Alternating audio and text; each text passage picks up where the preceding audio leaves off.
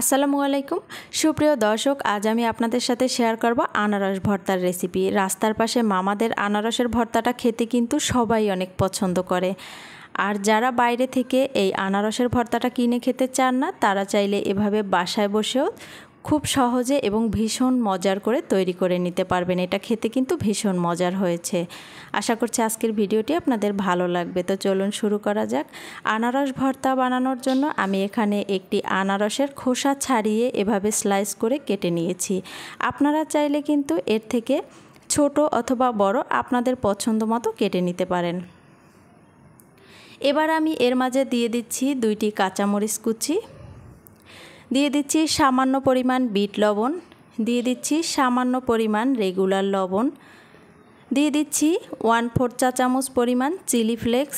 ঝালটা আপনারা আপনাদের পছন্দ অনুযায়ী বাড়িয়ে কমিয়ে নিতে পারেন। দিয়ে দিচ্ছি 2 টেবিল চামচ পরিমাণ কাসুন্দি। কাসুন্দিটা কিন্তু অবশ্যই দিতে হবে। দিয়ে দিচ্ছি 1 চা চামচ পরিমাণ লেবুর রস।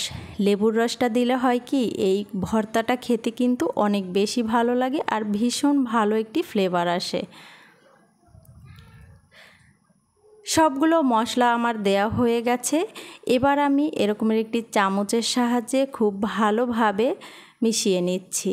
আপনারা চাইলে এই কাজটি হাত দিয়েও করতে পারেন। খুব ভালোভাবে মিশিয়ে নেওয়া হয়ে গেছে।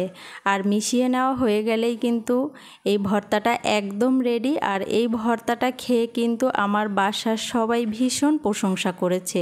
খেতে কিন্তু অনেক বেশি মজার হয়েছে। দেখতে যতটা লোভনীয় হয়েছে, খেতে কিন্তু তার থেকেও বেশি মজার হয়েছে। আশা করছি আমার আজকের রেসিপিটি আপনাদের ভালো লেগেছে। ভালো লাগলে লাইক কমেন্টও বেশি বেশি শেয়ার করার অনুরোধ রইল।